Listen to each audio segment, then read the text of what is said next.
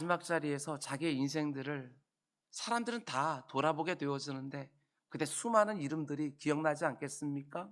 그 기억 가운데 내 이름은 어떻게 기억이 되어질까? 연로하신 부모님들이 인생 마지막 그 순간에 자녀된 내 이름을 떠올리면서 어떻게 그 마지막 기억을 가지시고 천국에 가실까? 자녀된 우리들에게는 부모님 이름 위에 어떤 설명들이 또 붙어 있을까? 다른 교우들에게는, 나와 함께 일하는 동료들에게는, 아니 하나님의 행위로에는 내 이름 옆에 어떤 설명들이 붙어 있을까? 이런 제목으로 말씀 함께 나눠보려고 합니다. 디모데후서는 사도 바울의 유언과도 같은 책이다, 이렇게 말씀을 드렸습니다. 바울이 총 13권의 서신서를 쓰는데 그 가운데 제일 마지막 쓴 서신서이기에 학자들은 그 유언과도 같은 책이다, 이렇게 말하는 것이지요. 그리고 오늘 우리가 보게 되는 본문은 4장으로 이루어져 있는 사도 바울의 마지막 서신서에도 끝자락입니다.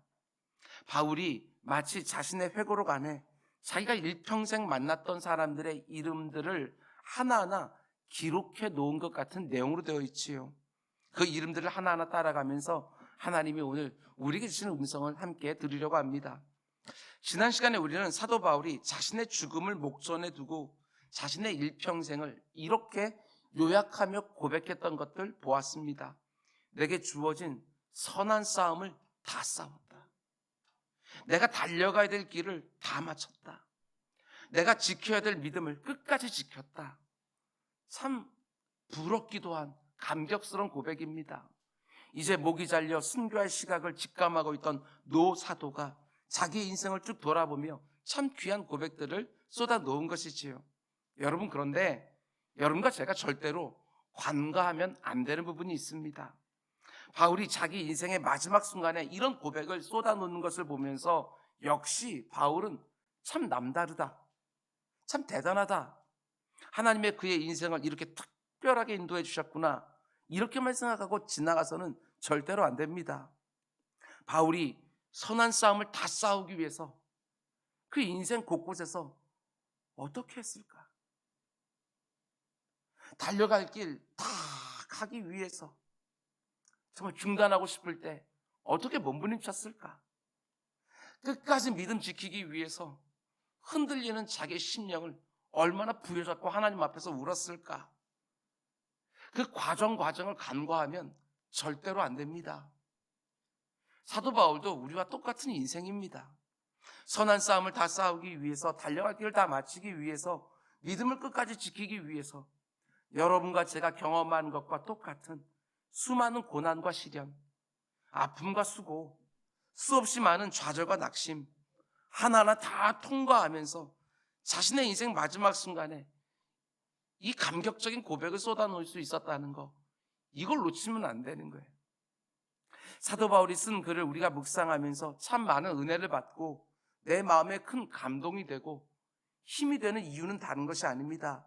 여러분과 제가 경험하는 것들을 그도 똑같이 경험하면서 선한 싸움 싸우고 달려가야 될 길 달리고 그러면서 순간순간 믿음을 지켜냈기 때문이지요. 나에게 있는 약함을 바울 역시 똑같이 가지고 있었고, 내가 살아가면서 경험하는 외로움과 배반과 거절, 고통과 흔들림을 바울도 똑같이 경험하면서도 그 주어진 인생을 하나님을 힘을 다해 붙들고 의지하면서 순간순간 살아갔기에 바울의 글들이 그렇게 우리의 마음에 와 닿는 것이지요. 로마의 어둡고 춥고 습한 감옥에 갇혀서 이제 죽을 날을 앞두고 있는 사도 바울이 자신의 기억 속에 있는 이름들을 하나하나 언급할 때 그의 심정은 어떠했을지, 내 자신을 바울의 자리에 놓고 하나님이 오늘 나에게 주시는 음성을 듣는 시간이 되기를 주님의 이름으로 축원을 드립니다. 오늘 보면 이렇게 시작하죠. 9절, 너는 어서 속히 내게로 와라. 바울의 마음이 얼마나 간절한지 디모데에게 이렇게 말해요. 너는 어서 속히 내게로 와라. 그냥 시간 될 때 한번 들려줘라, 이렇게 말하지 아니하고 어서 속히 내게로 오라. 임종을 앞두고 있는 연로한 부모가 사랑하는 자녀에게 이번엔 꼭 들려줬으면 좋겠다. 이렇게 말하는 것처럼 바울의 심정도 동일하지 않을까? 우리와 별반 다르지 않습니다. 오늘 본문의 흐름에서 거의 마지막 부분이라고 할 수 있는 21절 말씀도 보면 바울은 다시 한번 디모데에게 말합니다. 너는 겨울 전에 어서 와라. 앞에서는 어서 속히 오라 이렇게 말하고 뒤에서는 어서 오라 라는 말로 바울이 지금 이 편지를 써서 디모데에게 하고 싶은 말을 다 끝내고 있는 거예요. 자기 인생의 마지막 순간을 로마 감옥에 갇혀 있으면서 얼마나 외로웠을지, 자신이 사랑하던 영적 아들 디모데를 육신의 자녀 하나 없는 그 노사도가 너무나 그리워하면서 어서 속히 와라, 어서 오라 2번이나 반복하고 있는 거예요. 사도 바울이 지금 이렇게 외로워하면서 디모데에게 어서 속히 오라고 말하는 이유가 있습니다. 10절 말씀 보면 데마는 이 세상을 사랑하여 나를 버리고 데살로니가로 갔고 그레스게는 갈라디아로, 디도는 달마디아로 갔고. 여기 나오는 데마라는 사람은요, 지금 감옥 안에서 마지막 순간을 보내고 있는 바울에게 큰 아픔을 안겨주었던 대표적인 사람이다, 이렇게 말할 수 있습니다. 상당한 시간 동안 데마는 바울의 아주 신실한 동역자였습니다. 바울이 로마 감옥에 2번 정도 갇혔을 거라고 학자들은 보고 있는데, 소위 옥중서신으로 알려져 있는 빌립보서, 에베소서, 골로새서, 빌레몬서, 이 4개의 서신들이 바울이 로마 감옥에 첫 번째 갇혀 있을 때 썼던 책들이지요. 그런데 그 가운데 골로새서와 빌레몬서에 데마라는 사람이 등장을 해요. 골로새서 4장을 보면 사랑을 받는 의사 누가와 또 데마가 너희에게 문안하노라. 빌레몬서 1장에서도 그리스도 예수 안에서 나와 함께 갇힌 자 에바브라와 또한 나의 동역자 마가, 아리스다고 데마, 누가가 문안하느니라. 그러니까 데마는 바울이 처음 로마 감옥에 갇혔을 때까지 그의 신실한 동역자였습니다. 바울이 골로새 교회와 빌레몬이라는 사람에게 편지를 보낼 때에 함께 그 이름으로 문안할 정도로 신실한 사람이 데마였던 것이지요. 그런데 바울이 2번째로 로마 감옥에 갇혀 있을 때 어떤 일이 벌어집니까? 세상을 사랑해서 나를 버리고 그가 떠났다. 이렇게 데마라는 사람을 바울이 기록하고 있는 거예요. 우리가 이 세상을 살아가면서 당할 수 있는 최고의 고통 중에 하나는 사랑하는 사람들, 믿었던 사람들에게 배신을 당하고 버림을 받는 것이 아닐까, 이런 생각이 듭니다. 많은 사람들이 그런 순간에 참 많이 넘어지지요. 그래서 오늘날 많은 사람들은 그렇게 배신하고 버림당하는 것이 너무나도 힘들고 아프니까 아예 깊은 관계를 맺으려고 하질 않습니다. 언제 상처를 또 받을지 모르기 때문에 깊이 있는 관계를 만들려고 하지 않고 그저 형식적으로 싫은 소리 듣지 않을 만큼 일정한 거리를 유지하며 사람들과 관계할 때가 참 많습니다.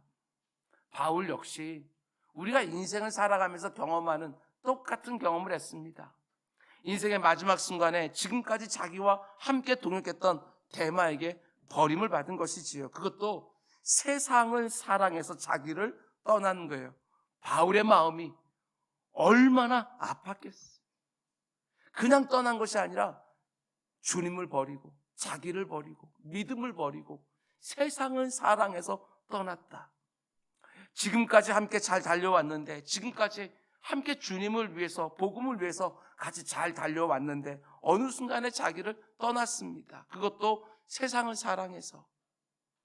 목회자로서 저는 이 마음 아주 조금은 헤아려졌습니다. 굉장한 아픔이었을 것이다.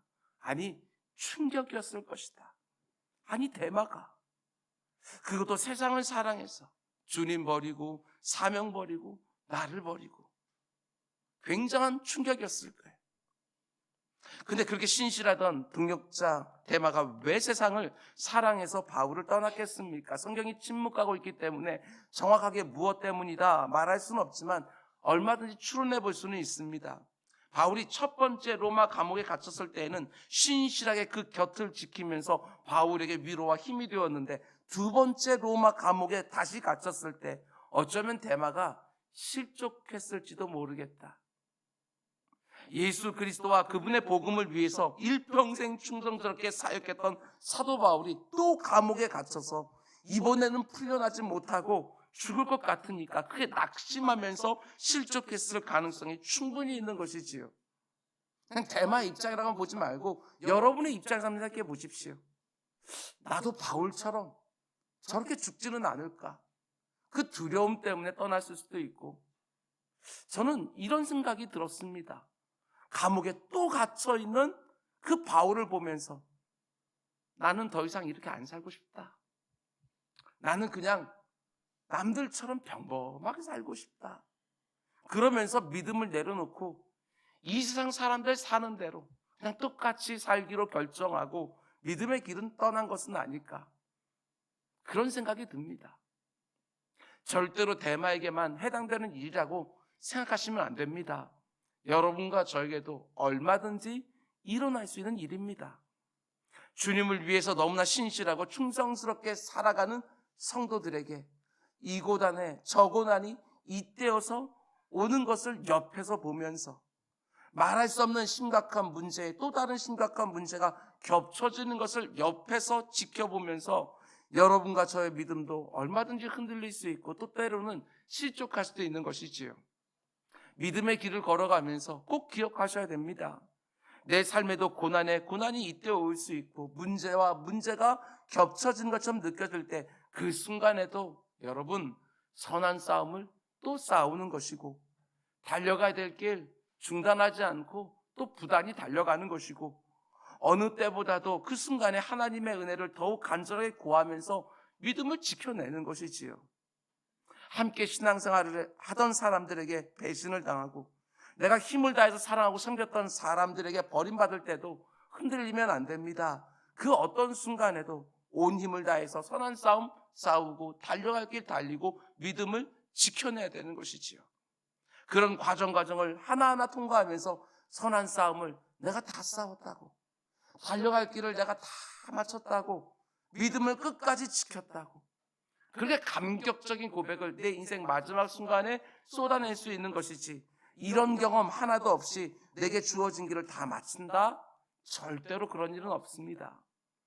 우리 주님도 자신이 사랑했던 12 제자들에게 배신을 당하고 버림받으면서 그 마지막 십자가의 길을 다 마치셨는데, 그 주님의 뒤를 따라가는 우리에게, 우리 주님이 사셨던 그 악한 세상을 우리가 똑같이 살아가면서 어떻게 그런 일이 하나도 없을 것이다, 이런 헛된 기대를 할 수 있겠냐는 것입니다. 여러분 가운데 내 인생의 대마 혹시 있으십니까? 지금까지 청소년들, 청년들, 장년들 30년 목회하면서 저 역시 오늘 설교 준비하면서 떠오르는 얼굴들이 몇 있었습니다. 그러나 여러분도 그렇고 저도 그렇고 우리 절대로 낙심하지 맙시다. 수많은 대마들이 당연히 내 삶에 있는 줄 알고 그 모든 당황스러움과 그 허탈함과 그 실망 다 뛰어넘어서 우리는 계속해서 우리에게 주어진 길을 달려가는 것입니다. 뒤로 이어지는 두 사람도 보시기 바랍니다.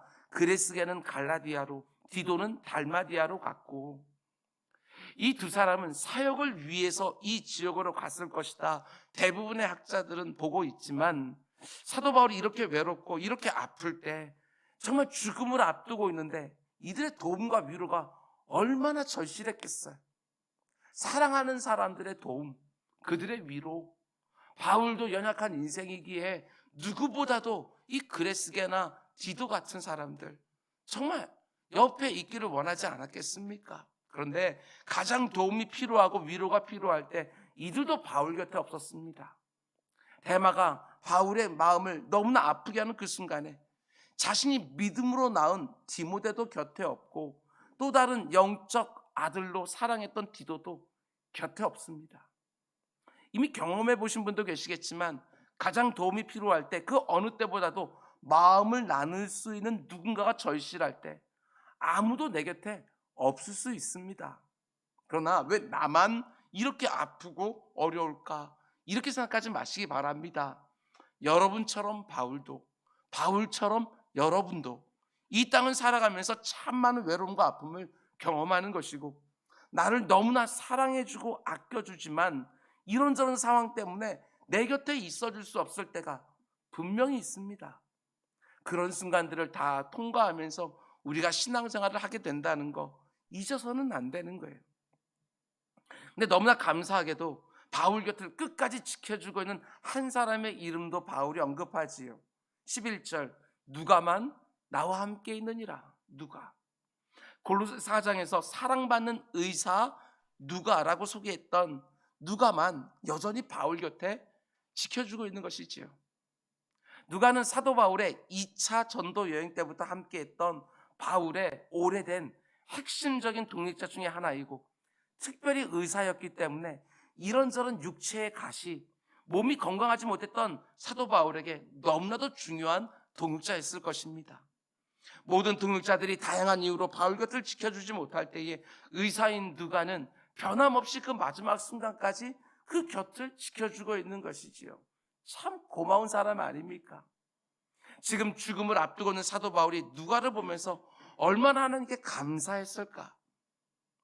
일평생 함께 동역했을 뿐만 아니라 자신의 건강을 챙겨주고 복음을 전하다가 수도 없이 매를 맞고 돌에 맞아서 거의 죽을 뻔했던 경우들도 많이 있었는데 그때마다 세심하게 치료해주고 사도행전, 여러분 기독교 초대교회의 역사라고 말할 수 있는 그 사도행전을 누가라는 사람이 기록하지 않았습니까? 거기 보면 사도 바울의 행적이요 얼마나 자세하게 나오는지 몰라요.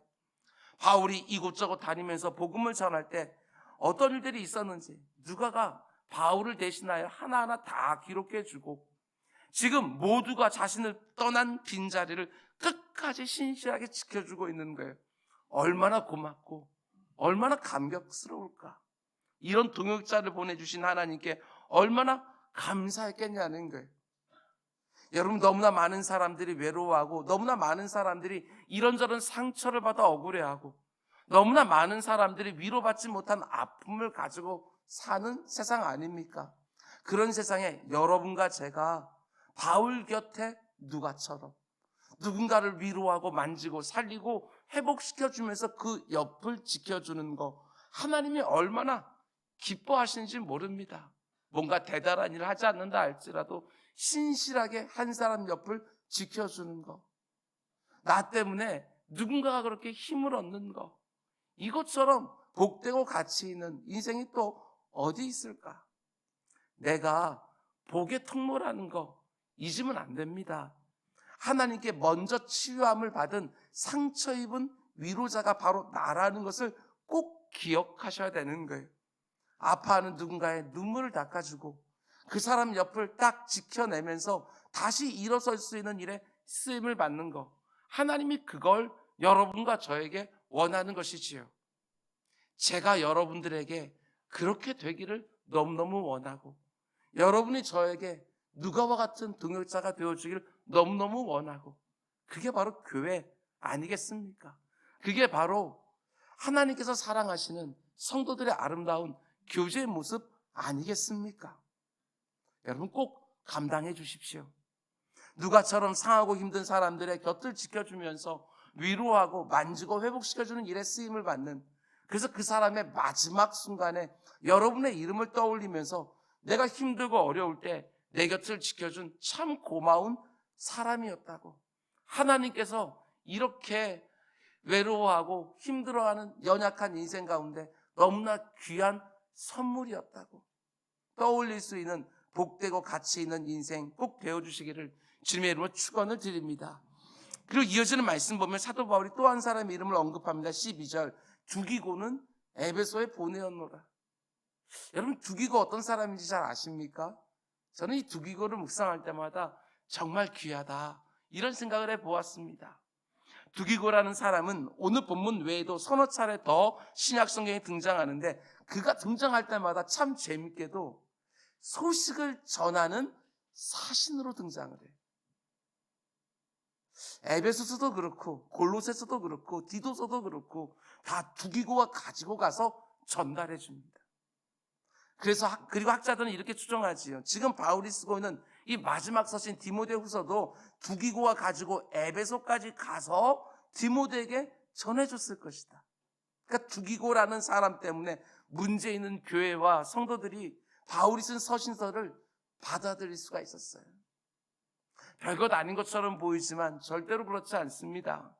교통도 쉽지 않은 그 시대에 여행자들에게 강도의 위험과 풍랑의 위협이 있는 시대 아닙니까? 그런 시대에 그 먼 길을 마다하지 않는 거예요.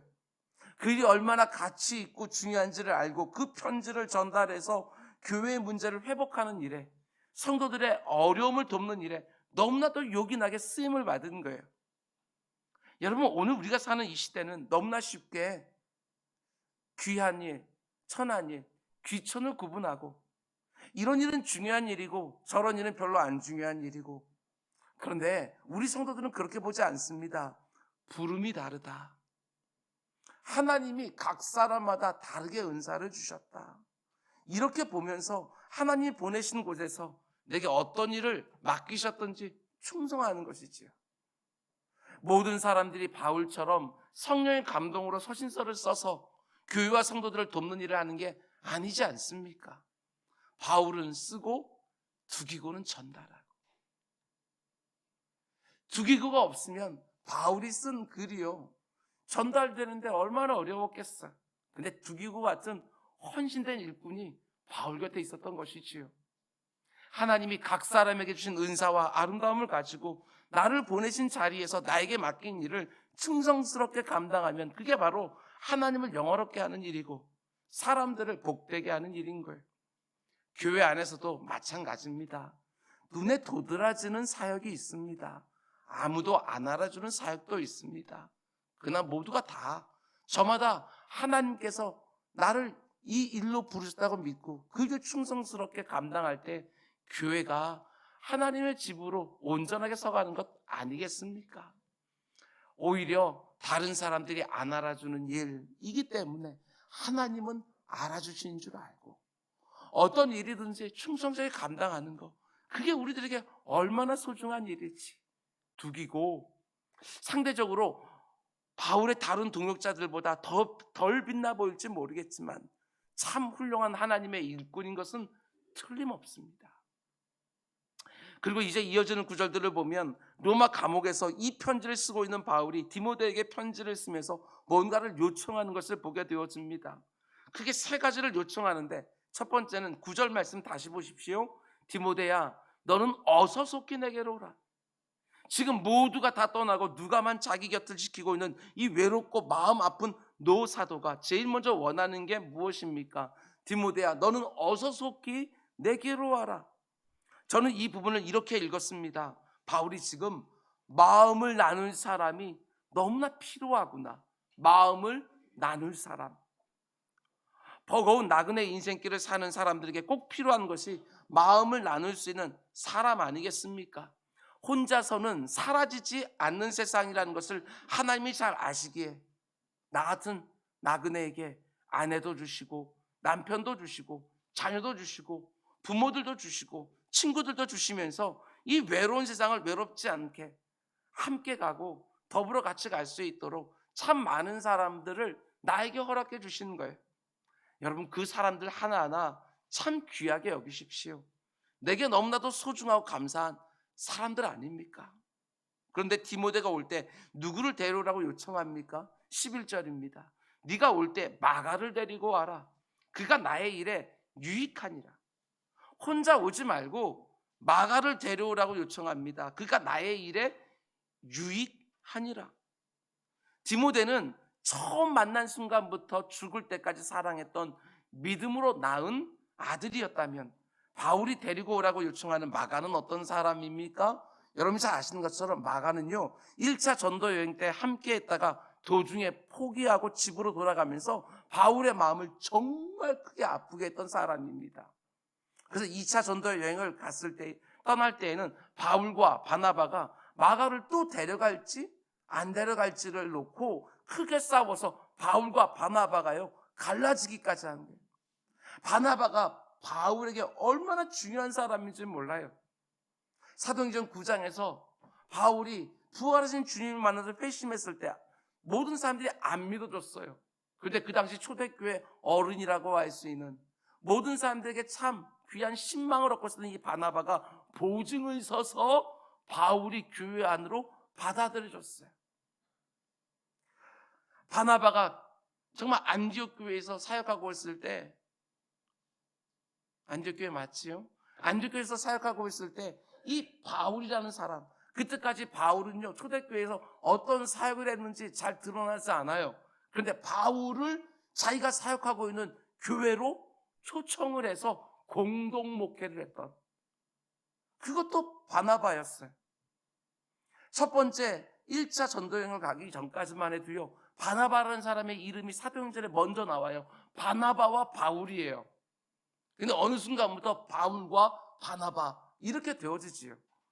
바울을 바울 되게 했던 결정적인 인물이 바나바이고, 이 바울에게는 이 바나바는 정말 영적인 멘토와 같은 그런 귀한 하나님의 선물이었는데, 이 마가의 문제를 놓고 바나바는 데리고 가자, 바울은 절대로 그렇게 못합니다, 이러면서 서로 크게 다투고요, 바나바와 바울이 따로따로 사역을 시작하기 시작해요. 이렇게 귀한 바나바까지 포기할 정도로 정말 바울에게 큰 상처를 주었던 것이 이 마가라는 청년이었는데, 바울의 생애 이 마지막 순간에 마가 데리고 와라, 나에게 얼마나 유익한 사람인지 모른다, 이렇게 요청하고 있는 거예요. 여러분, 이게 바로 우리 기독교입니다. 이게 바로 복음과 신앙이 우리에게 와서 하는 너무나도 중요한 일인 것이지요. 사람들은 너무너무 어리석어서 일단 관계가 깨어지면 그 관계를 회복하는 것이 얼마나 어려운지 모릅니다. 어떤 이유에서든지 한번 깨어지면 여간해서 회복이 잘 안 되지요. 근데 오늘 바울과 마가의 관계는 언제 어떤 계기가 있었는지 몰라도 다 회복되어 있어요. 자신에게 상처를 주고 낙심하게 했던 마가를 보면서 나에게 유익한 사람이라고 꼭 데려오라고 이렇게 요청할 만큼 완전히 달라진 관계를 보여주는 거예요. 사람이 잘 안 바뀐다, 이런 말을 우리는 입버릇처럼 하며 살지만 성경이 우리에게 말하는 것은 진실한 변화는 언제든지 가능하다. 하나님 은혜 안에서 변화된 관계, 회복된 관계, 새로운 관계가 얼마든지 가능하다는 것을 보여주는 대표적인 그림이 바로 마가인 거예요.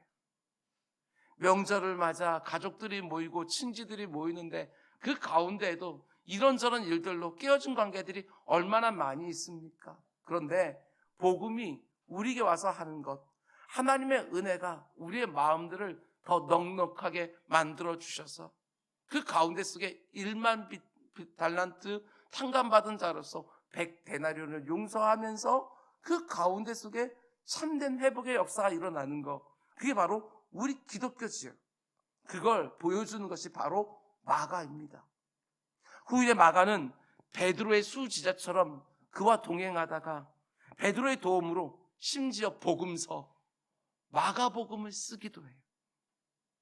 비록 처음에는 많은 것들이 어그러진 채 시작이 되었지만 때가 되니까 회복이 일어나고 아주 충성스럽게 하나님의 일을 감당했던 사람이 바로 마가라는 사람입니다.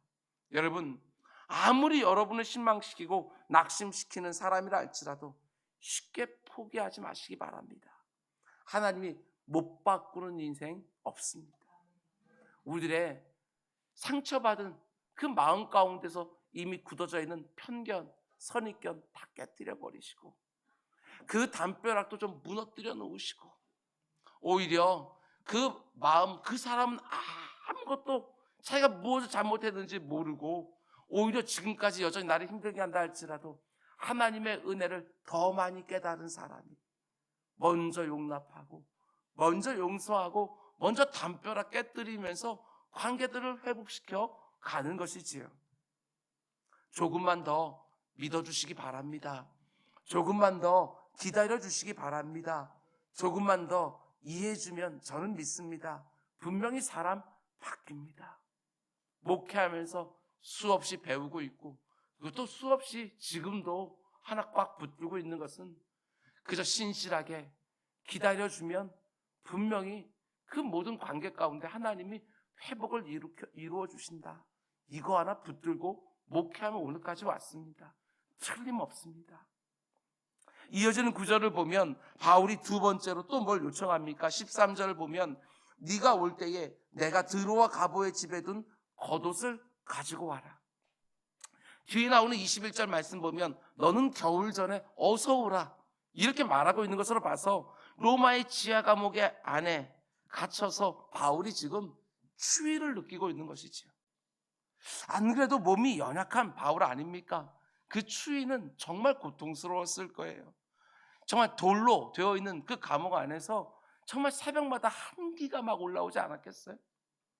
우리는 그저 위대한 사도, 탁월한 복음의 일꾼, 그 어떤 박해와 고난이 있어도 묵묵히 그 모든 걸 감당해내는 이렇게 바울을 기억하지만 그렇지 않습니다.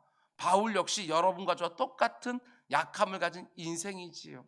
뿐만 아니라 지금은 나이도 60이 훌쩍 넘은 그런, 그 당시로 보게 되었지만 상당한 연로한 나이인데 우리 부모님들에게 보는 것처럼 무릎도 아팠을 것이고 허리도 안 좋았을 것이고 눈도 침침하고 이제 귀도 조금씩 어두워지는 그때가 아니었을까.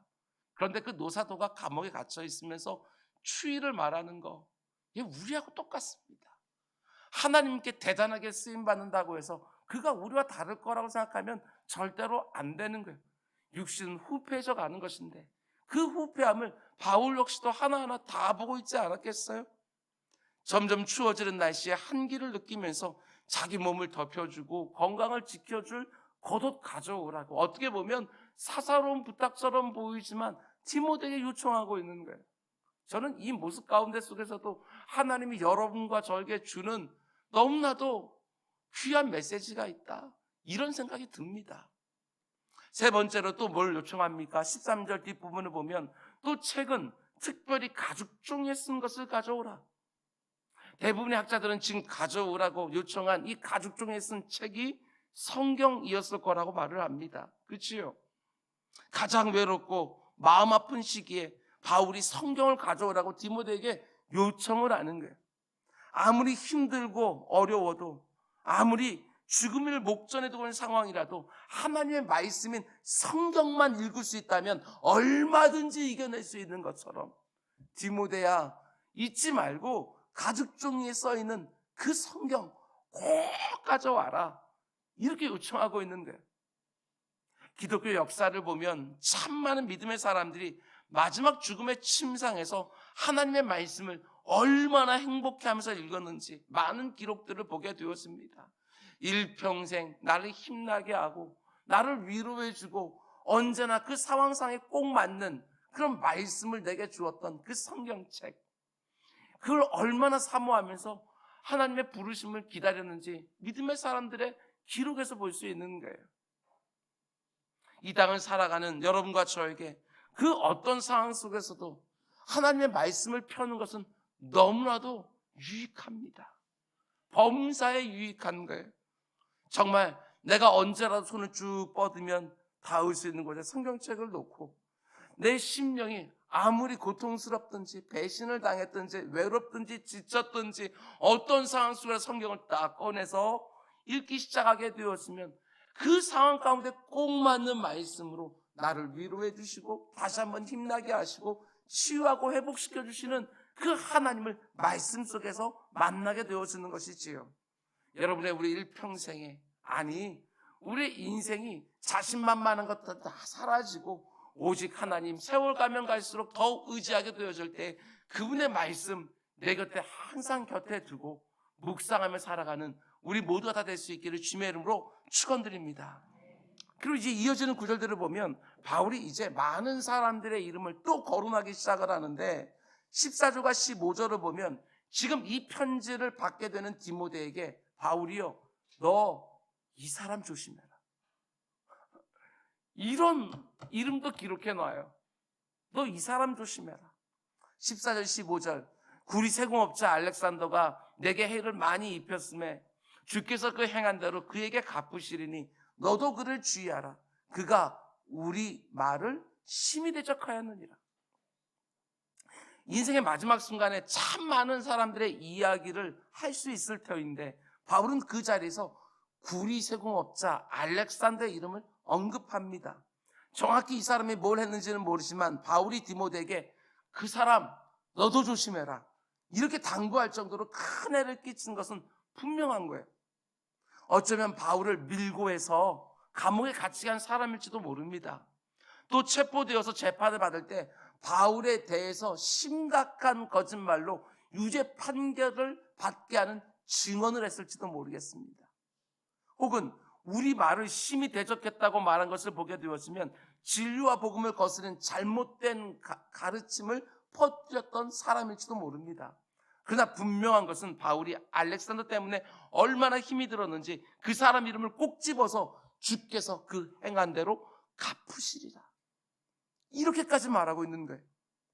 대만은 자기를 버리고 세상으로 떠나가고, 사랑하는 사람들은 저마다 자신의 사역 때문에 자기 곁에 없는 그 외롭고 힘든 상황에 있을 때에 바울의 마음에 더 큰 아픔을 안겨준 사람이 바로 알렉산더인 것이지요. 여러분, 우리가 이 세상을 살아가는 동안 누군가에게 내가 알렉산더 같은 사람 되면 절대로 안 됩니다. 내가 힘들고 어려울 때 내 곁을 지켜줬다고, 그래서 내가 큰 위로와 힘을 얻었다고, 이런 말을 할 때 내 이름이 나와야지. 내가 힘들고 어려울 때 그 사람이 내 마음 더 힘들게 했다고, 더 아프게 했다고, 그러면서 내 이름 나오면 절대로 안 되는 거예요. 누군가의 회고록에 저 사람 때문에 내가 너무너무 힘들었으니까 너희들도 저 사람 조심하라고. 아닙니다. 여러분과 제가 그런 인생 되면 절대로 안 되는 거예요. 알렉산더, 여러분과 제 주변에 그런 사람이 없도록, 내가 그런 사람 되지 않도록. 그리고 뒤로 가서 19절 말씀 보면 이제 사도 바울이요, 여러 사람들의 이름을 빠르게 언급하면서 내가 참 고마운 사람들인데 내가 지금 감옥에 갇혀 있으니까 직접 찾아가서 인사는 못하고, 죽기 전에 그들에게 고마웠다고 꼭 인사를 하고 싶은데 못 가니까 디모데야, 네가 내 대신 가서 이들에게 문안 인사 좀 꼭 해줘라, 부탁을 하는 거예요. 19절, 브리스가와 아굴라와 및 오네시보로의 집에 문안하라. 우리가 잘 아는 것처럼 브리스가와 아굴라 부부는 바울이 고린도에서 복음을 전하면서 참 힘들고 어려울 때 만났던 믿음의 좋은 동역자들이고, 특별히 직업도 같아서 함께 장막을 만들어 사역비를 충당했던 참 귀한 부부예요. 그리고 오네시보라는 사람은 바울이 로마 감옥에 갇혀서 너무나 힘들고 외로워할 때 일부러 에베소에서부터, 소아시아 끝자락인 에베소부터 이탈리아에 있는 로마까지 직접 찾아와서, 왔다가 들린 것이 아니라 오직 바울을 만나기 위해 수소문해서 거기까지 찾아와서 바울을 격려하고 사랑을 베풀던 사람이에요. 그 오네시보로를 바울은 잊을 수가 없는 거예요. 이름을 잘 기억하고 있다가 디모데에게 오네시보로의 집에 문안을 전해달라고 지금 부탁을 하고 있는 거예요. 이어지는 20절을 보면 또 두 사람이 나오는데, 에라스도는 고린도에 머물러 있고 드로비모는 병들어 밀레도에 두었노니. 여러분 주변에도 에라스도나 아니면 드로비모 같은 사람 있는지 혹시 모르겠습니다. 에라스도라는 사람은 재무관으로 세상적으로 높은 자리에 있었지만 참 믿음이 신실한 관리였습니다. 드로비모라는 사람은 사도행전 19장에서 바울이 자신을 죽이려는 유대인들이 가득한 그 예루살렘에 올라갈 때 함께 동행했던 사람들 중에 한 사람이고, 죽음을 앞두고 있는 바울이요, 그들의 이름도 하나하나 언급하면서 감사 인사를 전하고 있는 거예요. 그리고 21절에도 여러 사람들의 이름이 나옵니다. 너는 겨울 전에 어서 오라. 으블로와 부데와 리노와 글라우디아와 모든 형제가 다 네게 문안하느니라. 으블로라는 사람은요, 여기밖에 등장하지 않아요. 그래서 어떤 사람인지 무슨 일인지 알 수가 없습니다. 그러나 바울이 그의 이름도 언급합니다. 부데라는 사람은 그 당시에 큰 재력가로 알려져 있습니다. 초대교회 시대에 로마 지역에서 자기 집을 교회로 내어놓고 성도들이 모여서 예배할 수 있도록 자리를 제공했던 사람이 바로 부데라는 사람이에요. 그래서 그 공로를 하나님께서 귀히 보셨는지 몰라도 지금도 로마에 가면 부대 기념교회가 남아있어요. 이렇게도 쓰임받는 거예요. 리노라는 사람은 여러분과 저에게는 생소하지만 기독교 역사책에 기록되어 있는 사람입니다. 유세비우스나 이레네우스 같은 교부들이요, 기록을 남겨놓았는데 이 리노라는 사람은 로마 교회 첫 번째 감독이었어요. 글라우디아라는 사람은 뭘 했는지 잘 알려져 있지 않지만 그 이름에서 볼 수 있는 것처럼 여성입니다. 여성. 바울을 잘 섬겨서 로마에 있던 이 바울이 디모데후서를 보낼 때에 그녀의 이름을 기록해서 안부를 전할 만큼 바울에게는 큰 위로와 힘이 되었던 여인이지요.